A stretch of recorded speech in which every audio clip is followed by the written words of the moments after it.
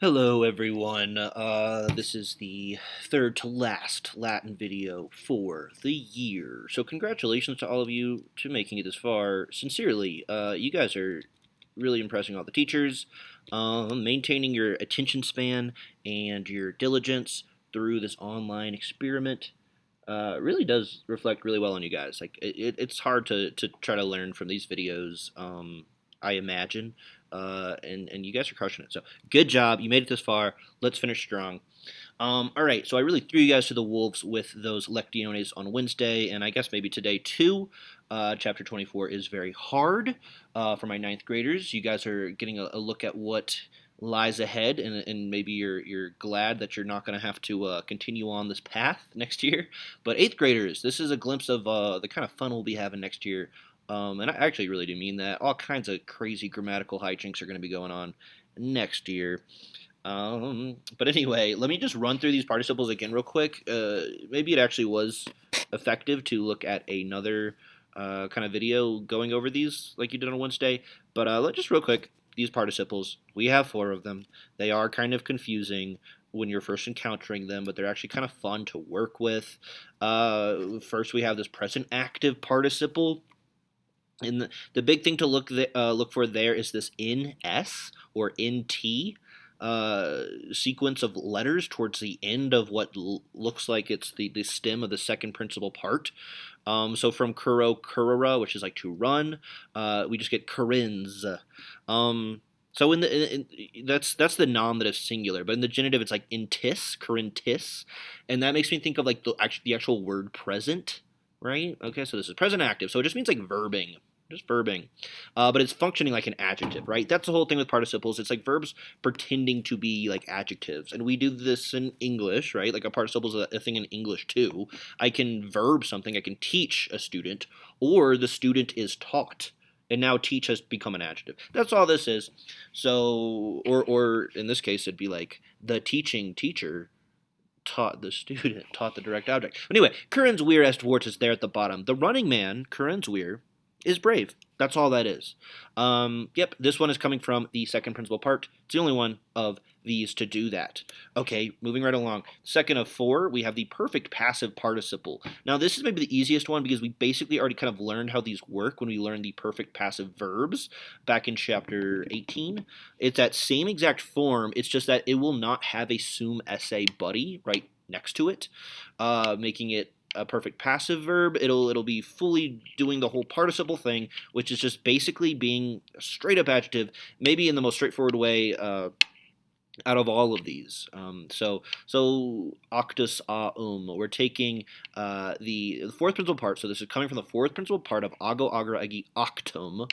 And then we're just making it match whatever it's going to be modifying. And it'll just be like verbed. In a very adjective-y kind of way. So there at the bottom, datum donum est amatus was our example last Friday. The given gift, datum donum, because datum is from dodare, dedi datum.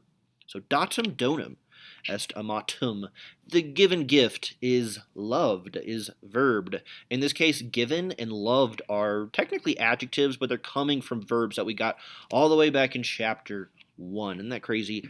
Third of four participles now is the future active participle. I would venture to guess this is the rarest, and it's also kind of the weirdest. So let's see. The example from the book is actually kind of nice. There at the bottom. Graiki nautai wisuri polyphamom timent. What the heck is wisuri? It's from Wideo Wideri. So Wideo, Wideri, Wisi, Wisum is to see, right? And so what you want to look out for this, like if you're looking for ns or nt in present active, you're looking for the the ur. If you look to the bottom right there, that's the thing that's going to tip you off that this is future, and that is the same ur from the actual English word future, or kind of the other way around. But so the Greek sailors, Graiki nautai, about to see Polyphemus. That is Wizori Polyphemo. So see the ending of Wizori, it's nominative plural to match the Greek sailors, and it's taking the fourth principal part of Wideo Wideri, and it's just treating it like this adjective that has this weird like future tense energy going on. So about to see is a good way to do that. The book has a few other examples how to do this. going to see. The Greek sailor's going to see. That's okay. But yeah, going to verb or about to verb. So this one feels like the most verby out of all of them, but it's still technically this kind of elongated adjective that has like a temporal aspect, right? A dimension of like the future tense part of it is actually very important. Last one, coolest one, best one for sure is the future passive participle, which we can call it. We get things called gerunds and gerundives, which don't worry about those terms, but eighth graders look forward to going to gerund town next fall. So Carthago delenda est, Carthage must be verbed. The book is they don't use must. They say, to be verbed or deserving to be verbed. But deserving's a bit weird to me. Must is fine. This has like an obligatory sense to it when you see a future passive verb. It's something that should be done. Just like in the word agenda in English, it literally means something like to be done. Something that must be done, about to be done. Yep. So, a few different ways to translate that, but and this is pretty rare, along with future active. I think we're mostly going to kind of err towards seeing present active and perfect passive. Okay, let's actually get into these sentences, guys. That's what we're going to do today, and then I'll talk about the quiz. Not the quiz, the capital T test, the final. We'll talk about what that is actually like, and then there's a little bonus opportunity that'll be due next Friday for people who want to bump their grades up a little more going into this final. Okay, ab hostibus captus de genta sua nihil dixit. What's going on here? Let's light this thing up like a Christmas tree. I'm seeing ablatives. I'm seeing a lot of ablatives, and I'm just gonna guess this nihil is direct object, as in like he spoke nothing or he said nothing. He verbed a direct object. Nothing. Because I don't know, like, otherwise nihil could be the subject, but after looking at this for a bit of time, I'm thinking we have a dropped subject, just like a he or she. Because, like, if nihil was a subject, what would that, nothing said, but then nothing would have nothing to say. So we need to say a direct object. Dixit is a transitive verb, takes a direct object. So he said nothing. That's how it's kind of starting. I'm kind of confused by the first few words. We'll get to that, though, but I feel like I can figure out the second half of it. He said nothing about his own clan. So de Ginta Sua, those are all, Ginta Sua's ablative object of de. Apparently Ginta is a feminine noun. Go figure, because Sua has the A there. I left the macron off of it, whoopsie. But, so that works, that's fine. He said nothing about his own clan. But then I look at this first part, and I'm just kind of, I don't know totally what to do with it right away. Ab hostibus, so something like from or by the enemies. But then what is Captus doing? So you might be, for those who are very astute, you might be saying, hey, why did you make Captus green? I don't think it's actually going with hostibus. And yeah, you're right. That would just be me like moving way too fast to like think they go together. They both end in US, so that's kind of like a superficial thing that could be misleading. But ibus is not the same as this like nominative singular masculine us ending, right? So captus, what is it doing then? If it's nominative singular, it's not agreeing with hostibus. Could it be modifying the dropped subject? And I think I put that hint. Yeah, I did. So maybe that helped a little bit. But that's actually super important. It's always weird when adjectives are modifying dropped subjects. We're seeing that increasingly. It's kind of a trick that the textbook started pulling out of its arsenal in the recent chapters.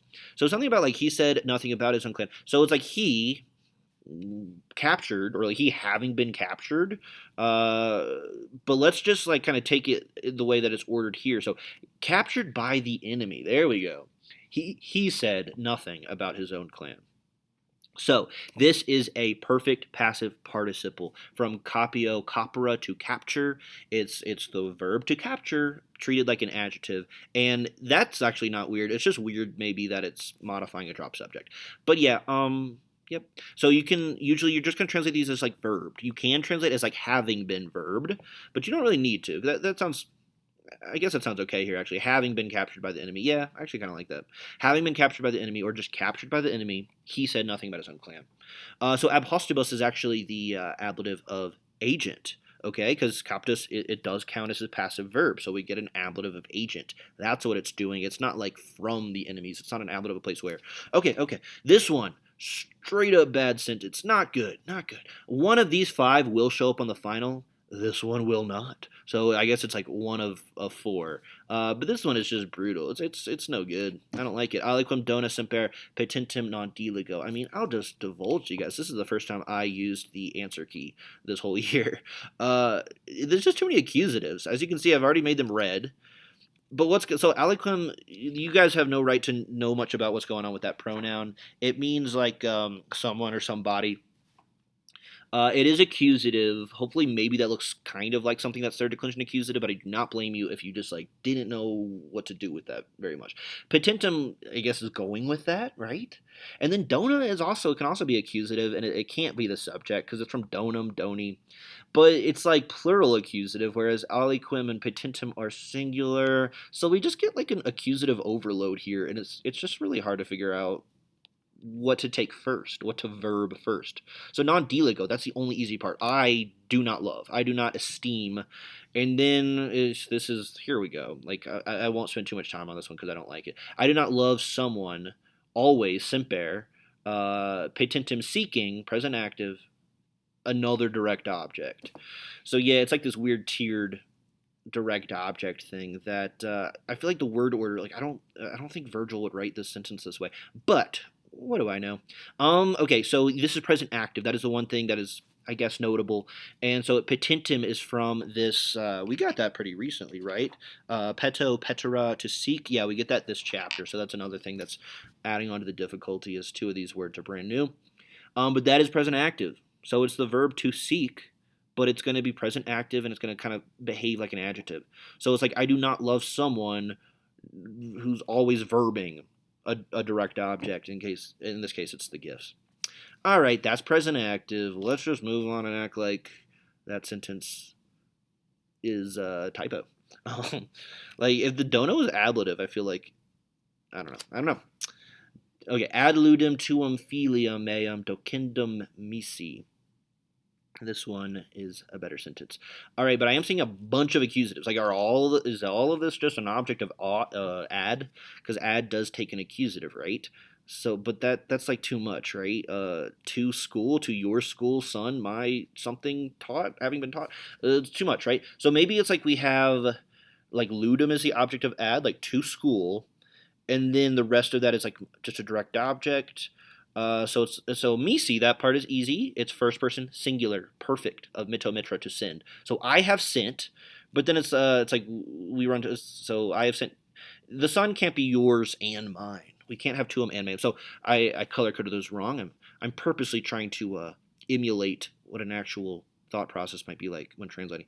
I have sent you, so something like to your school. But what do we do with docendum? Docendum. Filium meum docendum. That nd. Is that our gerundive nd, our future passive participle? It is, in fact. And this, along with future active, is kind of the weirder one to translate. So it's something like, if I'm kind of ignoring the first three words, the prepositional phrase there, I have sent my own son to be taught. So in this case, must would be a little weird. Like it would make it too long. Would it? We would say something like, "I have sent my own son, who must be taught." Like that doesn't really come together, and that's like a relative clause actually. But so you can just translate a future passive as to be verbed, right? Carthage. Like we translate it usually as Carthage must be destroyed, but it could just be like Carthage is to be destroyed, like is to be verbed one day. Yeah. So I've sent my own school, my own son to be taught. But then a word order thing kind of like makes this a little weird. So, because like if we said I've sent my own son to be taught to your school, that starts to sound weird. There's like a grammatical, syntactical breakdown there. So we actually need to sandwich that prepositional phrase kind of between the direct object and the future passive participle that is modifying it, which is, I'd say that is the only tricky thing about this one. I have sent my own direct object to your accusative object of ad to be verbed, docendum. Just to be clear, that is, dokeo, dokeiri, to be verbed. So, yep, future passive. There it is. The nd is the tip-off. So, if ns and nt is the present active tip-off, and perfect passives are just like, I don't know, I feel like they're really easy to identify. Then you are is the future active tip-off, and nd is the future passive tip-off. And that's why words like gerund and gerundive are actually, I mean, they make sense because they have an ND as well, and they're from Gerera.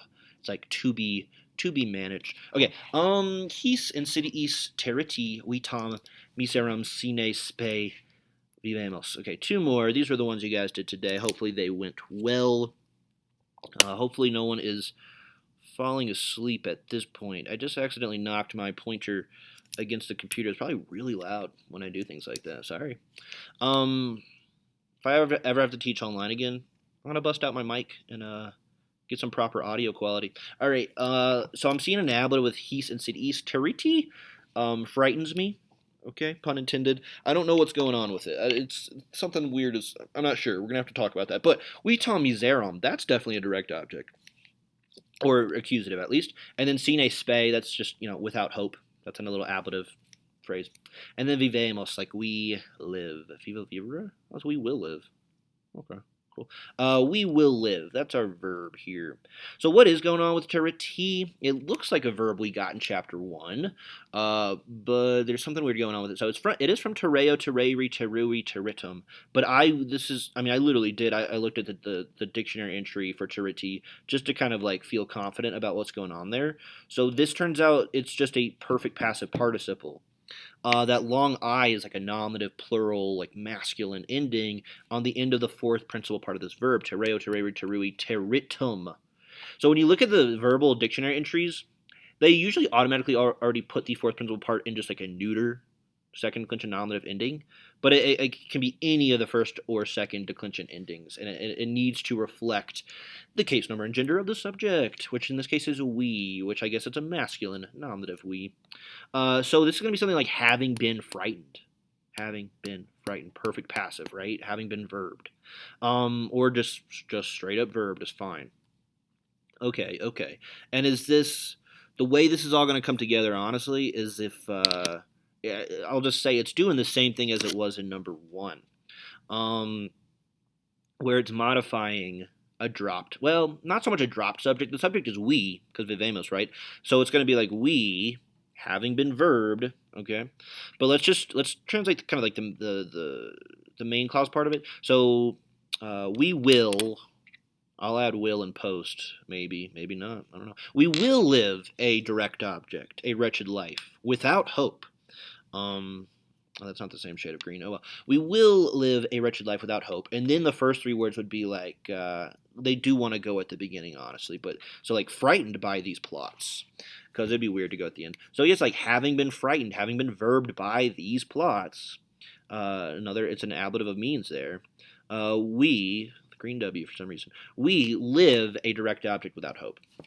So yeah, that one's not too bad. Hopefully, it's perfect passive. I think perfect passive is the easiest one to do.